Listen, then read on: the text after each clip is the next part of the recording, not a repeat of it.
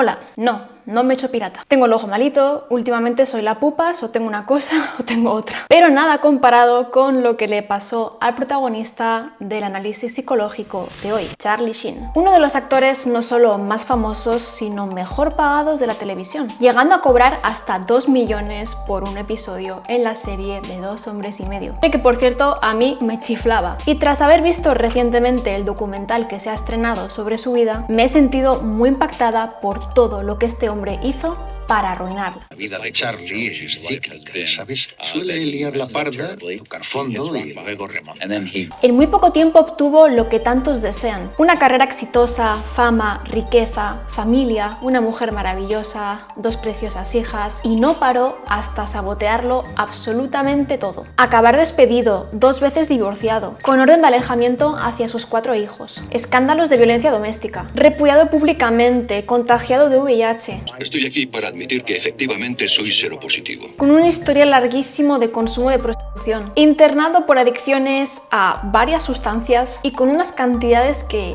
sorprende que siga vivo. En fin, un desastre. Así que hoy vamos a analizar qué pasaba por la cabeza de Charlie Sheen. Y créeme que aunque tu historia sea diferente a la suya, hay muchas cosas que puedes aprender. Así que quédate hasta el final.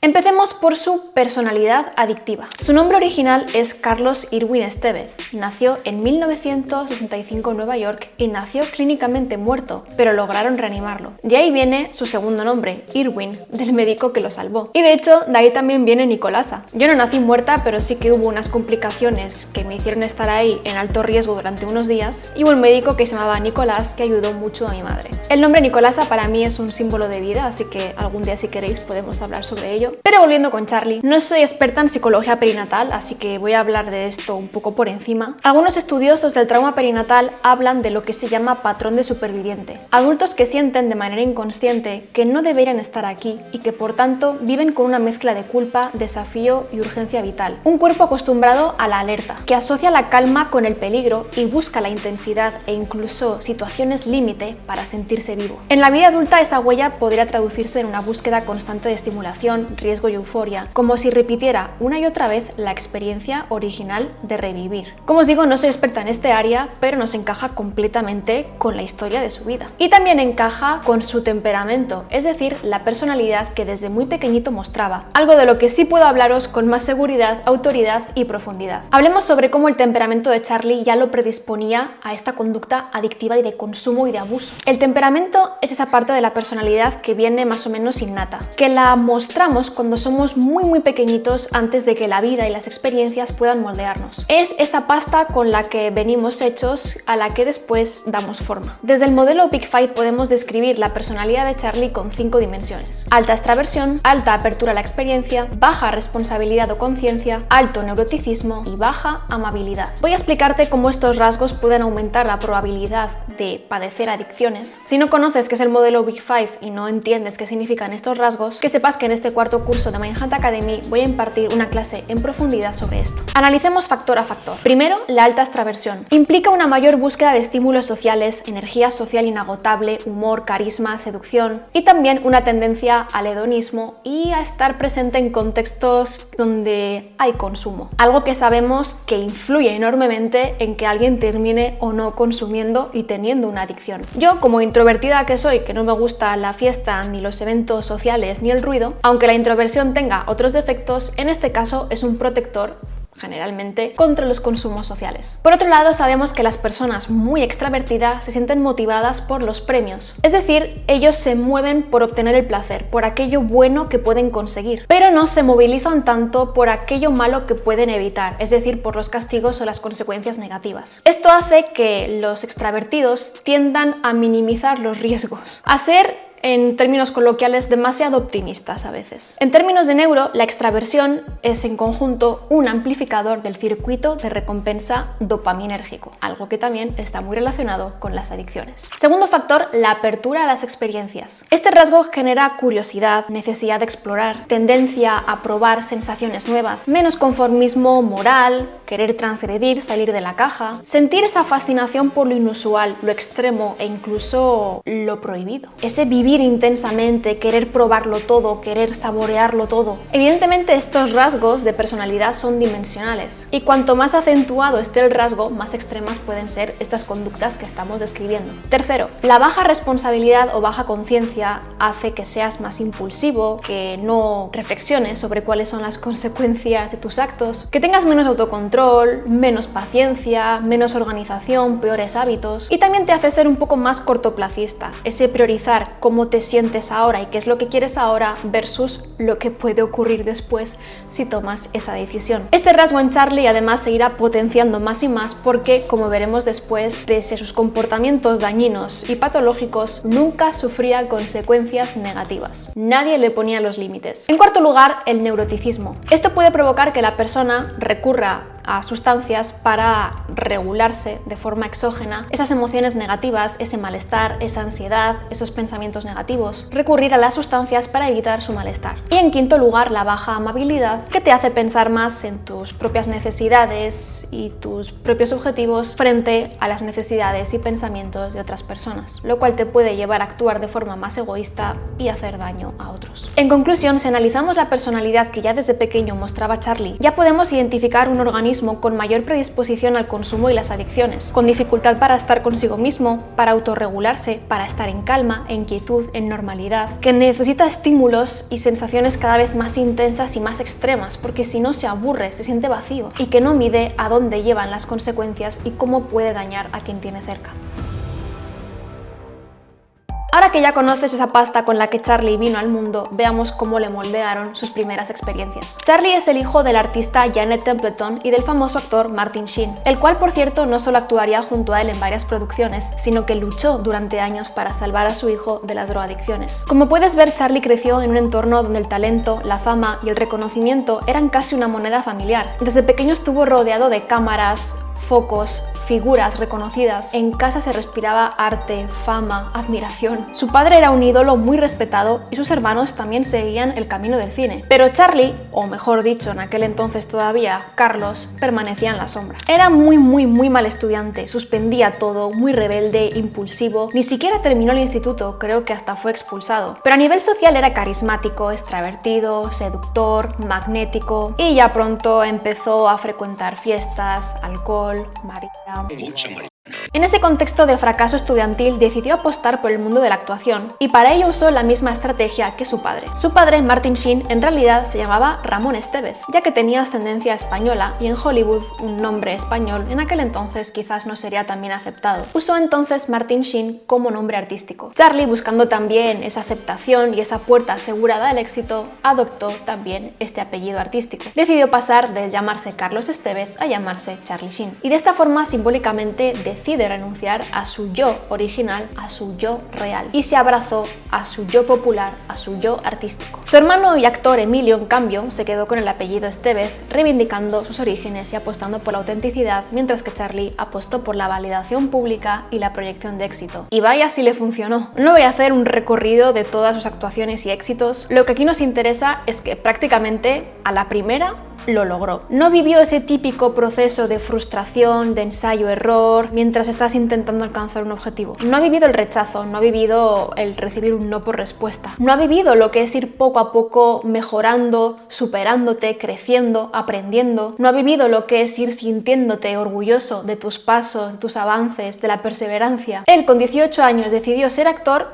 y así lo petó. Para los 25 ya había grabado 2 películas famosísimas, Platoon y Wall Street, y ya se había consolidado como un actor de referencia. Pero pronto empezó a ser conocido no solo por su trabajo, sino también por sus escándalos. En los medios hablaba sobre sus locas fiestas, sus relaciones turbulentas, escándalos sexuales, su intensísimo consumo de drogas y entradas y salidas en rehabilitación.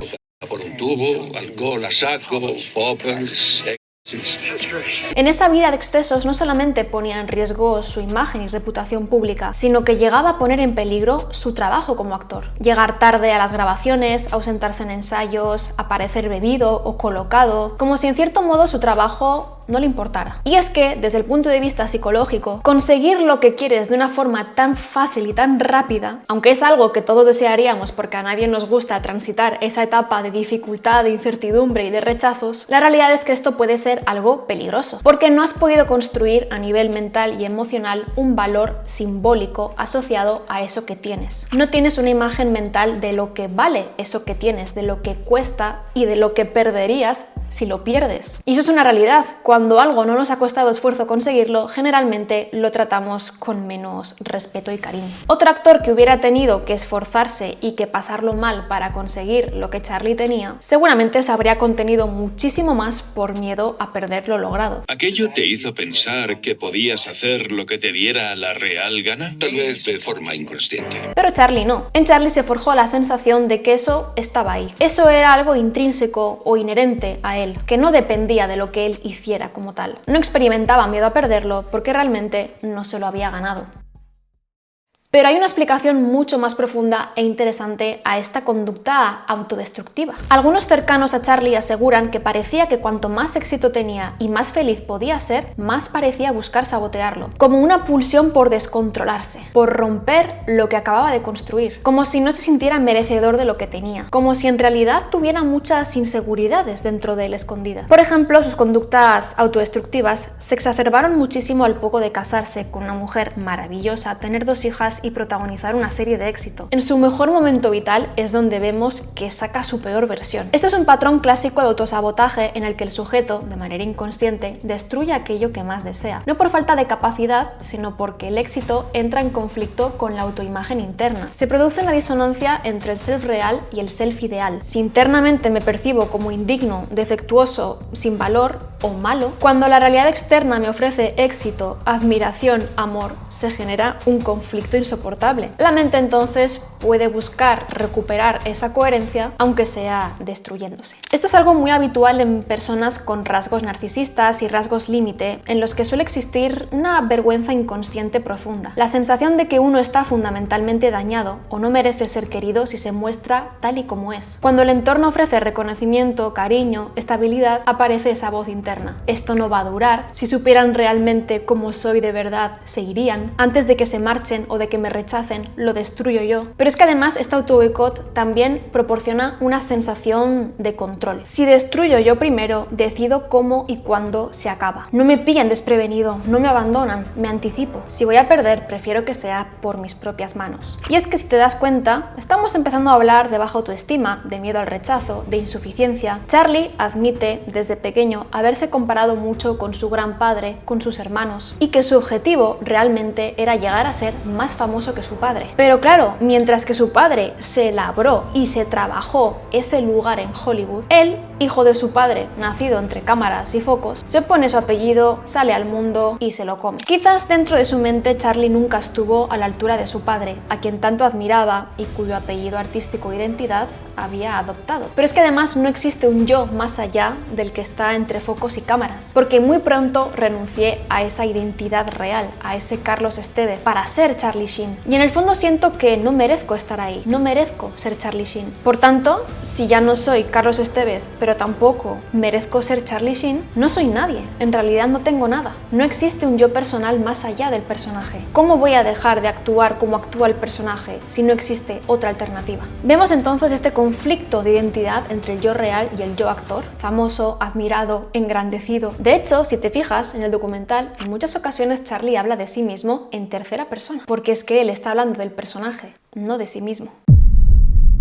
Bien, lo cierto es que el temperamento con predisposición al consumo de Charlie, algunos rasgos límite y narcisistas que podemos detectar, esa sensación crónica de vacío, ese conflicto con la identidad, ese compararse, ese necesitar la admiración para sentirse valioso, todo esto ya nos sirve de escenario para que pueda ocurrir el desastre. Y de hecho, todo lo que acabo de mencionar es un background bastante habitual en estos perfiles famosos que muy pronto alcanzan la fama, no lo saben gestionar, enseguida tienen conductas patológicas de excesos y de consumos. Pero en este caso recordemos que no estamos hablando de un famoso que se descontrola un poquillo. Estamos hablando de alguien cuyo nivel de consumo es considerado mortal, que ha tenido relaciones con cientos de personas, que ha alcanzado un nivel de autodegeneración público que no sé si se ha visto en otras celebridades. ¿Cuál es entonces el factor decisivo para el declive de Charlie Sheen? La falta de consecuencias. Acabé perdiéndole el respeto a la idea de que las cosas tienen consecuencias de verdad. Ya en la primera película en la que actuó, con 18 años, se quedó dormido el día que tenía que rodar. Y no solo no le riñeron, sino que a pesar de solamente salir unos pocos minutos en toda la película, fue aclamado por ello. En todos sus trabajos como actor era inestable, llegaba tarde o no aparecía o venía ebrio, tenía conflictos con los compañeros, con los jefes, siempre rodeado de un montón de escándalos. Pero a pesar de los titulares, su carrera nunca se detuvo. De hecho, su fama de chico malo se convirtió en marca personal.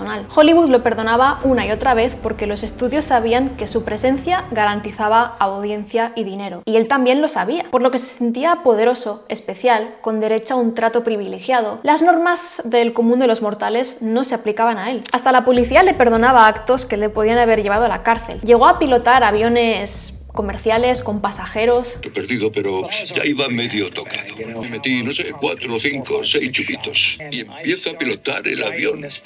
Estrellaba coches, destruía hoteles, llevaba sustancias ilegales encima, armas, contrataba prostitutas, denuncias por violencia doméstica que desaparecen. En fin, tuvo inmunidad ante una cantidad grande de delitos. Y lejos de ser rechazado o castigado socialmente y laboralmente, en sus momentos más escandalosos recibía un contrato de $2 millones por episodio en la serie de 2 hombres y medio. No lo hizo poco a poco, se metió a la audiencia en el bolsillo de inmediato. La verdad es que lo petamos desde el principio. Y esto es algo tremendamente peligroso. Que una persona puesta en el ojo público no solamente no recibe castigos, sino que recibe aún más fama y admiración por su conducta patológica, el aprendizaje que le ofrece es reforzador. Eres invencible, eres omnipotente, puedes hacer y decir lo que quieras, este camino es correcto, es tu camino de éxito, siempre actúas de manera acertada, tienes razón, no escuches a nadie. Vamos, que es una fábrica de egos narcisistas, sobre todo en alguien que no solo es adicto a las sustancias, sino también a la validación social.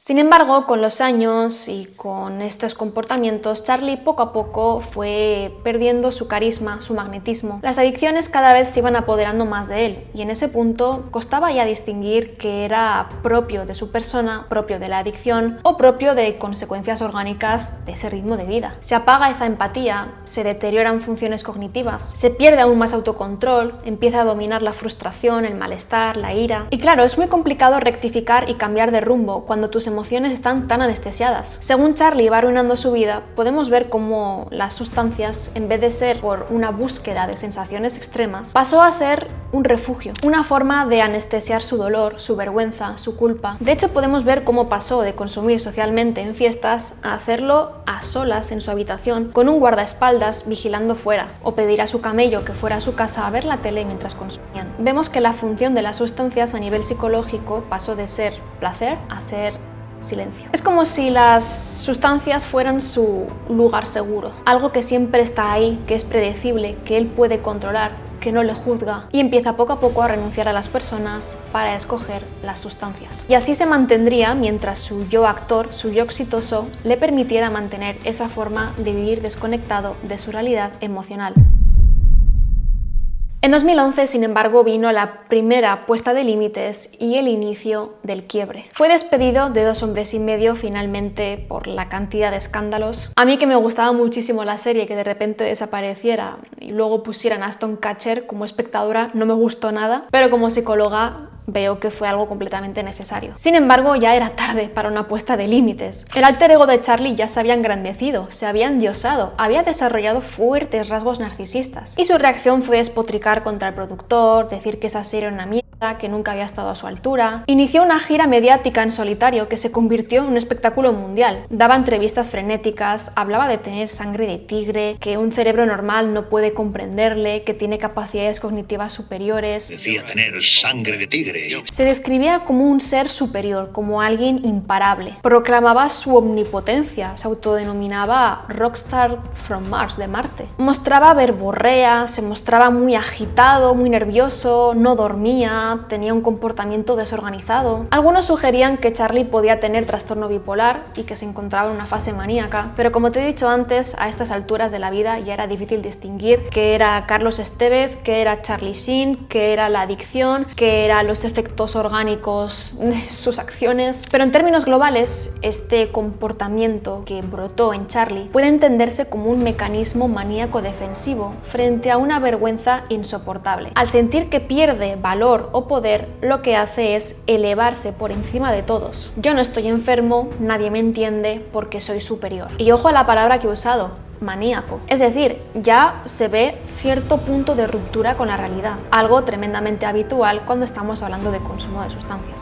Cada día pensaba, ¿será hoy el día que lo perdamos? Y es que Charlie ya no solamente estaba desconectado de su realidad emocional, de evitar y desconectarse de sus emociones, sino que ahora también estaba un poco desconectado, un poco no sé en qué medida, de la realidad externa y tangible. No era consciente de lo que decía, hacía cosas sin sentido, a veces la gente se reía de su comportamiento, era un meme andante y él eso lo tomaba como algo de prestigio. En fin, era el colapso en directo de una de las figuras más populares de Hollywood. Y paradójicamente el público lo seguía reforzando. Como te he dicho, Internet lo convirtió en meme, sus frases delirantes se hacían virales, era la persona más seguida en Twitter y las cadenas le seguían entrevistando como si fuera él un show andante. No importaba cuánto se hundiera, Charlie Sheen seguía siendo rentable. Charlie cada vez estaba alcanzando una versión más degenerada, más desorganizada, más enferma, más incluso lamentable, y poco a poco los aplausos comenzaron a convertirse en abucheos. El público se cansó de sus desvaríos, sus giras no tenían sentido y finalmente llegaron las críticas y el rechazo social. Y como ocurre en muchas ocasiones, las mejores oportunidades vienen tras los quiebres y las crisis.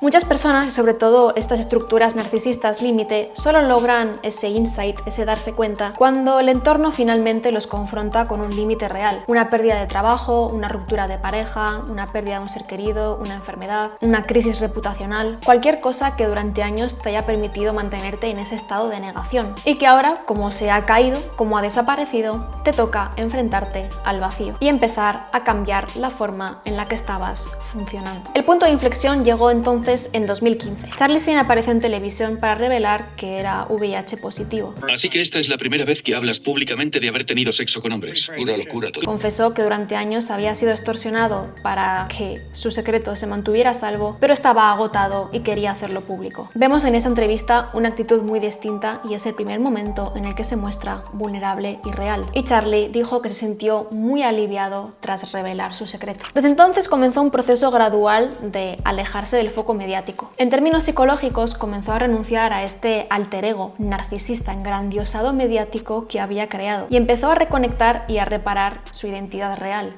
su vida personal, pero se dio cuenta de que este proceso era incompatible con mantener sus hábitos de consumo y poco a poco fue desintoxicándose y ahí es cuando se topó con la realidad de lleno. ¿Y qué realidad? 2 divorcios, haberse perdido la infancia de sus hijos, haber recibido una orden de alejamiento hacia ellos, haber contraído VIH, sufrir la humillación social. Su familia y sus amigos, aunque nunca se rindieron y siempre lucharon y permanecieron junto a él, evidentemente habían sufrido muchísimo durante todos esos años, pero mucho. Algo de lo que Charlie hasta entonces creo que no era del todo consciente, porque la cantidad, tanto en variación de sustancias como en dosis que se metía cada día, es que imposibilita por completo la capacidad de percibir la realidad como es, de conectar con las propias emociones, de darte cuenta de lo que pasa a tu alrededor. De repente Charlie se hace consciente del daño que ha hecho pasar a sus seres queridos y por fin conecta con la culpa. Toda esa culpa, esa vergüenza, esa baja autoestima, esos miedos que durante décadas habían sido anestesiados con sustancias y con defensas narcisistas, sale a la luz de golpe, algo que puede ser tremendamente doloroso, pero que es positivo porque actúa como un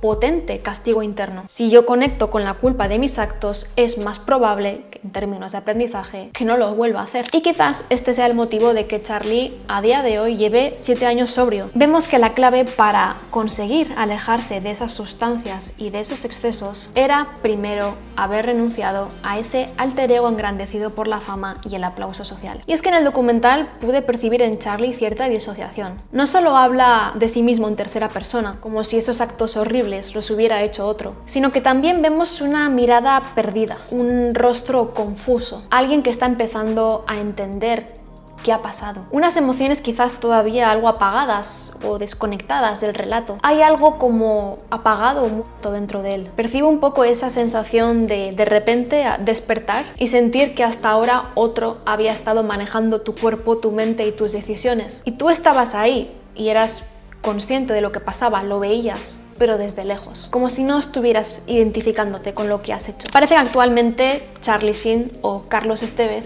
busca redimirse y reparar el daño de todo lo que ha hecho, y parece que ha logrado eso que tenía pendiente desde su primer día de vida: encontrar una forma distinta de sentirse vivo, sin necesitar desafiar a la muerte, vivir sin necesidad de morir antes. Como la mayoría de las historias vitales llenas de dolor, de oscuridad, de traumas, todo esto se podría haber evitado si hubiera hecho una buena terapia a tiempo. En aquel entonces ir al psicólogo era algo bastante extraño, aunque tuvieras mucho dinero no era habitual ir al psicólogo ni hablar de eso, pero hoy en día cualquiera habría entendido que lo que este hombre necesitaba era terapia. Si sientes que a ti o a algún ser querido le vendría bien recibir acompañamiento psicológico, ya sabes que en Estar Contigo Terapia te financiamos sin intereses ni cosas raras tu proceso terapéutico, para que el dinero no sea un problema a la hora de acceder a una terapia profunda, de calidad y con evidencia científica. Te dejo en comentarios el enlace para que reserves gratis tu primera sesión, y cualquier duda puedes dejármela también en comentarios, o en la página web tienes un botón de WhatsApp y ahí te podemos resolver cualquier inquietud. Espero que te haya gustado mucho el análisis, que hayas aprendido cosas y nos vemos en el próximo vídeo. ¡Chao!